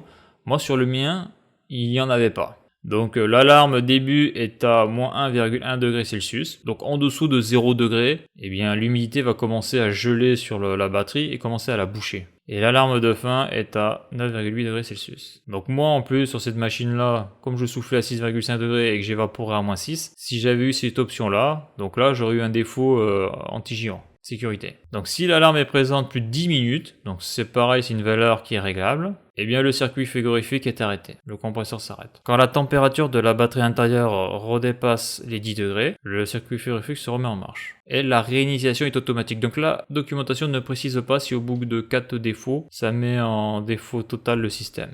Là, c'est pas précisé. Donc, je pense que non. Donc, sur cette machine-là, il n'y a pas cette option-là. Donc, ça voudrait dire que si j'évapore à -6, peut-être que je pourrais prendre en glace sur cette batterie-là. Ce qui voudrait dire qu'au bout d'un moment, mais ça, je peux pas le voir parce qu'il faut des appareils de mesure, comme par exemple au niveau de l'air, comme j'ai déjà dit là, ce que j'appelle un mano électronique, les capteurs de pression différentielle que l'on branche sur l'air. Et s'il y a une prise en glace, la pression devrait monter au niveau du pressostat différentiel des filtres qui contrôle le colmatage des filtres. Parce que il y a les filtres, mais il y a la batterie. Donc si la batterie est colmatée, obligatoirement sur les filtres, ça passera pas.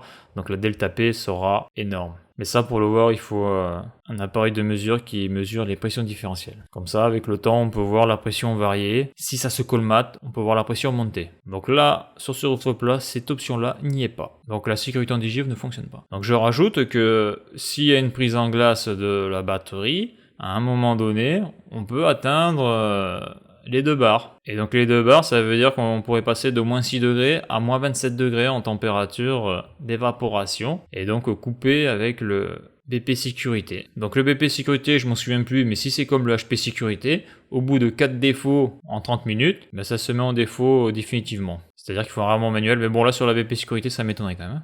Parce que 30 minutes, c'est rapide. Voilà, donc après le pressostat filtre encassé, donc cette alarme n'entraîne que la signalisation d'un défaut. La réinitialisation est automatique. Donc voilà pour les quelques informations de la documentation, sachant que cette documentation montre aussi tous les paramètres de la machine et il y en a plus de 200, donc c'est vraiment important d'avoir les documentations et quand ils y sont pas, de les demander, de les sortir sur du papier, de les faire relier et de les mettre dans la machine. Comme ça, au moins, on est tranquille. En tout cas, le gars qui vient en dépannage, il peut faire quelque chose. Parce que, mis à part remplacer des filtres et remplacer des courroies ou voir si un disjoncteur à lâcher, dès que ça se complique, on a besoin des docs. Donc là, ce que l'on peut voir, c'est le schéma fluidique. Donc là, ici, là où j'ai la main, là, on peut voir qu'il y a 2 batteries. Et ce sont les batteries extérieures. Là, on a les capteurs analogiques qui sont sur la tuyauterie que j'ai montré donc dans la vidéo. Ce sont ces capteurs où il y a un câble qui sort et il y a de la gaine thermorétractable sur les deux là. Donc en bas là, on a la batterie intérieure, donc celle qu'il y a dans le rooftop. Et on voit que c'est 2 batteries intégrées quoi. Là ici, on peut voir donc pressostato là, donc 42 bars sur la HP et 2 bars sur la BP. Donc c'est les pressostats HP BP sécurité. On peut le voir ici, ils l'ont mis la AP BP. Et là, bon, on le voit pas là. On le voit pas trop, mais il y a le pressostat qui contrôle la grande allure des ventilateurs extérieurs, qui est sur la ligne liquide. Alors on peut voir aussi que sur cette machine-là, c'est de la détente thermostatique. On voit le détendeur, le bulbe, donc à égalisation externe. Et donc lorsqu'on fait l'inversion de cycle, on a les clapets anti-retour, donc qui bypassent le détendeur. Ce qui est dommage sur ce schéma fluidique, c'est qu'ils n'ont pas représenté d'une manière claire donc la ventre compresseur et cette petite bouteille liquide, là, ce petit réservoir liquide. Donc là, il y a marqué 3 litres. Donc voilà pour ça. Donc voilà pour le schéma fluidique. Donc au début, lorsque je suis intervenu, j'avais pas le schéma électrique. Donc là, je l'ai là, le schéma électrique, et on va voir que il éclaircit beaucoup de choses. Donc là, on peut voir ce folio en bornier là. Donc on voit que en option C là, on a l'encrassement fil. Donc ça, c'est le pressostat différentiel là sur les filtres. On peut voir là 11-12 qui a le thermostat incendie. Donc en réalité, c'est pas un thermostat qu'ils ont mis, c'est le petit régulateur Carrel que l'on voit dans la vidéo là. À un moment donné, je me pose la question à quoi il sert ce truc. Donc il sert à ça. On va le voir après dans le schéma électrique. Après, on a le détecteur de fumée que l'on a vu dans la vidéo au niveau de la turbine derrière. Donc là, on a le raccordement d'un thermostat. Là, on a le servomoteur. Donc on voit qu'il est en 0,10 volts. Donc c'est le servomoteur qui est sur le registre d'R9. R9 et R repris, ils sont liés mécaniquement les deux là. Et on voit qu'il y a une alimentation en 24 volts pour le faire tourner. Donc on voit qu'on peut rajouter aussi sonde d'humidité. Donc sur ce rooftop là, il n'y en a pas, c'est une option. On peut voir ici là le contrôleur de débit d'air. Donc c'est le pressostat différentiel d'air. C'est lui qui me crée un défaut thermique ventilateur. On peut voir aussi qu'on peut avoir une commande déportée d'alarme. Donc en option, il y a plein d'options sur ce rooftop là. Donc on peut avoir un démarrage progressif pour le ventilateur intérieur. Ils appellent ça comme ça, le ventilateur intérieur. Donc sur celui-là, c'est tout ou rien. Donc nous, on a des batteries électriques, 2 batteries électriques. Donc une batterie électrique d'appoint pour l'hiver et une autre aussi qui peut servir lorsque l'hiver, la batterie extérieure est en digivrage. Donc lorsque l'on est en digivrage, on inverse le cycle du rooftop. Donc l'encrassement en filtre, c'est le pressostat différentiel là sur le filtre. On peut avoir une sonde de reprise. Donc là, on peut trouver ça bizarre qu'il y ait une sonde de reprise en option parce qu'en réalité, on peut aussi contrôler le rooftop par le biais d'une sonde intérieure. Donc comme on a pu le voir, le petit module dans le bureau.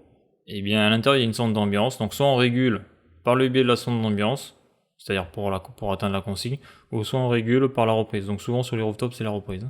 Donc on peut avoir aussi le free cooling thermique, donc ça on l'a hein, parce qu'on a le registre sur l'air neuf, et le free cooling enthalpique, mais pour ça il faut rajouter des capteurs d'humidité relative. On le voit, c'est l'option G là, c'est sur les bornes 20, 21, 22, 23. Donc après on a la sonde température d'ambiance, on a la sonde température plus humidité d'ambiance, donc ça c'est dans le bureau, ça, je pense pas qu'elle y est. Et après on a le contrôleur de débit d'air, donc ça c'est le contrôleur qui met en défaut la turbine. Donc ça c'est le contrôleur, si la turbine s'arrête, le pressostat différentiel d'air, si la turbine s'arrête, ça met entièrement le rooftop en défaut. Donc là sur ce folio là on peut voir donc le schéma électrique, donc il est en schéma développé. Donc moi j'ai rajouté des identifications là, compresseur, ventilateur extérieur. Parce que là on le voit, là si on n'a pas la nomenclature, là ça se complique hein, pour savoir qui fait quoi. Donc ça c'est une nomenclature, ça c'est la nomenclature du rooftop, mais elle est séparée du schéma électrique, donc c'est bizarre. Donc on peut voir qu'il y a pas mal de variables. Donc ça après cette nomenclature là prend plusieurs modèles de rooftop. Donc eux là dans la nomenclature ils appellent ça des fusibles, donc c'est sûrement un vieux truc hein, leur nomenclature. Donc ici on a que des disjoncteurs. Donc ça c'est, on peut voir la disjoncteur, contacteur moteur et la compresseur. Donc on a deux compresseurs, donc deux départs moteurs. Après ici on a les ventilateurs extérieurs, donc il y en a deux hein, sur la batterie extérieure, une, deux, qui sont protégés par le même disjoncteur. Mais on peut voir donc là il y a le KVE1 et le KVEK, donc c'est le contacteur de ligne là. Et après là on a ce qui est un couplage étoile triangle là. Donc ici c'est l'étoile, KVE3, et ici c'est le triangle. Donc ici c'est la petite vitesse, là c'est la grande vitesse. Voilà, parce que bon après le moteur j'ai pas été le voir, hein, mais pour moi c'est ça. Donc après ici on a un disjoncteur, un contacteur, un relais thermique, et là ici il y a un démarreur progressif, où on peut mettre peut-être un variateur de vitesse, donc ça c'est pour le ventilateur intérieur de la turbine là. Donc ici sur celui-là il marche en tout ou rien. Et après ici on a des disjoncteurs, des contacteurs de puissance aussi, et là on a des résistances électriques, donc il y en a deux sur ce rooftop là, résistance d'appoint. Donc là c'est ce que je disais dans la vidéo, donc dans rooftop 07 et dans rooftop 08, à un moment donné on voit un petit disjoncteur 2 ampères, donc il sert en réalité à protéger l'amont du transformateur 400 volts, 230 volts, parce qu'on alimente le rooftop en triphasé, il n'y a pas de neutre. Donc là on arrive en 400 volts, on sort en 230. Donc ici, là, on a les résistances de Carter des compresseurs. Là, on a un petit transformateur qui va servir pour le servomoteur du registre, d'air neuf, air repris. Là, en haut à droite du rooftop, je l'ai montré dans la vidéo, à un moment donné, on voit un petit module électronique, là, c'est le relais contrôle de phase, RCP. Donc lui, en principe, quand il est pas bon, il coupe la commande. Et donc là, ce qui est très intéressant, là, ici, là, c'est là où on voit le contrôle-commande des ventilateurs extérieurs. Donc là, on voit que c'est les prises J12, J15. Donc là, on a J15, J12. On voit qu'en N010, on va en 3.25 et en N03, on va en 3.20. Donc là, on peut voir trois contacteurs moteurs et ici aussi. Donc là, ça va être le compresseur 1, là, ça va être le compresseur 2. Donc là, ça va être le circuit frigorifique 1, là, ça va être le circuit frigorifique 2. Donc là, ce qui est très intéressant à voir, c'est donc le KVE, c'est le contacteur de ligne. On peut le voir ici, là, contacteur de ligne. Et après, ici, là, donc KVE3, c'est l'étoile, donc c'est la petite vitesse. Et KVE2, c'est la grande vitesse, c'est le triangle. Donc on peut voir qu'il y a le verrouillage électrique là, entre les deux, comme un démarrage étoile triangle. Et donc là, ce qui va être très intéressant, ça va être ici. Là. Donc quand l'automate envoie du 230 volts, d'ailleurs je ne sais pas si la commande elle est en 230 volts, je ne me souviens plus. Mais je pense que c'est du 230 volts vu que là on est en 230 volts là. Donc lorsque la sortie de l'automate se ferme et envoie 230 volts, là on a le premier relais auxiliaire. Donc comme je l'ai montré dans la vidéo, à un moment donné, il y a trois contacteurs auxiliaires et je ne sais pas à quoi ils servent, d'ailleurs je le dis. Donc il y a KA1, KA2 et il y a KA3. Donc KA1 et KA2 servent à contrôler la vitesse de rotation du ventilateur extérieur. Donc c'est-à-dire qu'il sert à mettre la petite vitesse ou la grande vitesse. Donc lorsque l'automate demande la mise en marche du ventilateur, le contacteur auxiliaire KA1 sera fermé, sera alimenté. KA1 on le voit, il est ici, et KA2 il est ici. On remarquera que lorsqu'il est alimenté, KA2 par exemple là, on alimente aussi la vanne inversion de cycle. Donc là c'est très important, ça veut dire qu'on est en mode froid et que la batterie extérieure, donc là où il y a le ventilateur extérieur, on est sur le condenseur. Donc lorsque l'on est en mode froid, la vanne inversion de cycle est alimentée, la 24 voies, et les contacteurs, donc KA2 ici et KA1 sont alimentés. Donc là on est ici, là. Donc là le jus passe ici, là on a PCA1, donc c'est le pressostat de régulation de pression de condensation, donc c'est le fameux petit capteur de pression, mais je me doutais que c'était un contact no inside, donc un pressostat taré non réglable sur la tuyauterie de la ligne liquide. On voit qu'il y a marqué dessus 27 bars, 34 bars, Donc il me semble que ça ne correspond pas du tout à ce que j'ai dit par rapport à ce que j'ai relevé dans la documentation. Mais bon, l'idée là. Donc là on voit que au repos là, il est comme ça là. Donc ça voudrait dire qu'à 34 bars il bascule. Donc 34 bars ça ferait 56,2 degrés. Et 27 bars ça serait 46,2 degrés. Ça voudrait dire que il reste en petite vitesse jusqu'à 56,2 degrés de condensation et après il bascule. Il bascule, la grande vitesse se met en marche là. Donc ici c'est plus alimenté et la grande vitesse se coupe à 46,2 degrés de condensation pour repasser en petite vitesse. Donc je trouve que ça fait vachement haut. 56 degrés pour enclencher la grande vitesse. Moi je l'aurais mis à 45. Donc peut-être qu'il y a une erreur sur le schéma électrique. Hein. Et donc justement là, quand je vois ça, là je me dis que mon collègue là, justement il y avait un problème sur les vitesses là. Donc peut-être que, bon il l'a peut-être pas vu, hein, parce qu'il faut avoir le schéma pour voir ça. Peut-être que le pressostat de régulation était bloqué sur la petite vitesse qui faisait qu'il pétait en HP. Et donc lui il avait chanté le truc là. C'est-à-dire qu'il avait mis directement en grande vitesse, d'après ce que j'ai pu comprendre. Mais donc là, le cas 1, donc si la bobine crame, eh bien, elle ne peut plus basculer, donc le contact NC reste fermé, et on va attaquer directement à la grande vitesse, c'est-à-dire qu'il n'y a plus de petite vitesse. Donc pour le circuit 2, c'est la même chose. Donc après, sur ce schéma, on voit la carte électronique avec les entrées et sorties de l'automate. Donc là, on peut voir que au niveau des sons, ça va de S1 à S10. Donc il y a pas mal d'options, hein. Sonde de reprise, sonde d'extérieur, air de soufflage. Donc c'est la sonde sur l'air de soufflage, sonde de refoulement, air de mélange, sonde de refoulement, humidité relative intérieure, humidité relative extérieure, air température d'ambiance, air d'ambiance, plus humidité quoi. Là on peut voir le câblage des sondes là. Le RCP c'est l'inverseur. Le RCP c'est ce qui contrôle le bon sens de rotation des phases. Là on peut voir la télécommande, la PGD, donc ça c'est pour la maintenance. Ça c'est la télécommande qu'il y a dans le bureau, ça c'est pour l'utilisateur. Donc là ici on peut voir les sorties. Donc là comme je l'ai montré juste avant là on peut voir que donc K2 c'est contacteur auxiliaire donc qui sert à contrôler les deux vitesses. On peut voir que il est raccordé en parallèle de la bobine de la 24 voies donc inversion de cycle. On peut voir que le contacteur moteur du compresseur sur la commande, là, sur la sortie qui va au contacteur moteur, on a le pressostat HP sécurité, il y a marqué 42 bars. Ici, là, on a les contacteurs de puissance des résistances électriques. Ici, là, on a le contacteur KVI, donc c'est le contacteur de la turbine. Donc tout ça, c'est moi qui l'ai rajouté, là, les noms en français, là. Et donc K1, V1, C1, c'est pour le circuit 2. Quoi qu'en réalité, je dis circuit 2, mais en réalité, non, c'est le circuit 1, ça c'est le circuit 2, donc c'est pas dans le même sens. Et KG1, c'est le compresseur 1. Et donc là, je l'ai marqué en gros, là, 24 voies alimentées, c'est-à-dire lorsque la bobine est alimentée, on est en mode froid, et 24 voies non alimentées, on est en mode chaud, donc moi je pense que c'est normal. Hein. C'est-à-dire que si la bobine crame, il vaut mieux rester en mode chaud, surtout l'hiver. C'est une sécurité, on va dire, positive. Donc sur celui-là, on pouvait voir le raccordement de toutes les sondes, mais il n'y a pas donc les sondes, c'est analogique, mais il n'y a pas les entrées numériques, c'est-à-dire les capteurs. Donc là, on a les entrées numériques ici. Là. Donc là, ce qui est intéressant, là, c'est K3. Donc c'est le troisième contacteur auxiliaire. Donc voilà à quoi il sert. Il sert à... Donc en série, on a le thermostat anti-incendie. Donc c'est le régulateur carré. Là, celui-là, je me demandais à quoi il servait. Donc il est réglé à 60 degrés. À 60 degrés, ça s'ouvre. Et là, on a le détecteur de fumée. Donc K3, il va servir à quoi? Et ici, là, d'ailleurs, on le voit, là, il n'y a pas les... Il va servir, on le voit ici, K3, là, c'est la chaîne de sécurité, là, qui me déclenche à chaque fois, sécurité thermique, ventilateur intérieur. On a le relais thermique turbine. On a le pressostat débit d'air qui est ici, là, ce qu'ils appellent le pressostat débit d'air, donc le pressostat différentiel, là. Et après, on a le relais auxiliaire incendie, donc si cette chaîne de sécurité-là est bonne, eh bien, la turbine peut tourner. Sinon, ça se met en défaut. Et si on n'utilise pas le pressostat différentiel d'air, là, il monte, il faut faire un pont, il faut chanter. Donc après on a KLVE2, donc c'est le cliqueson interne du moteur du ventilateur extérieur numéro 2. Après on a le BP sécurité, il y a marqué 2 barres là. Donc le BP sécurité, donc là ils ont représenté ANC alors que c'est un NO, mais bon c'est comme ça. Après on a le KM compresseur 2. Donc là, quand j'ai fait mes mesures de tension, j'avais 10 volts. Et ce que je comprenais pas, c'est qu'en réalité, là, quand j'ai fait mes mesures de retour, je comprenais pas, j'avais des valeurs bizarres.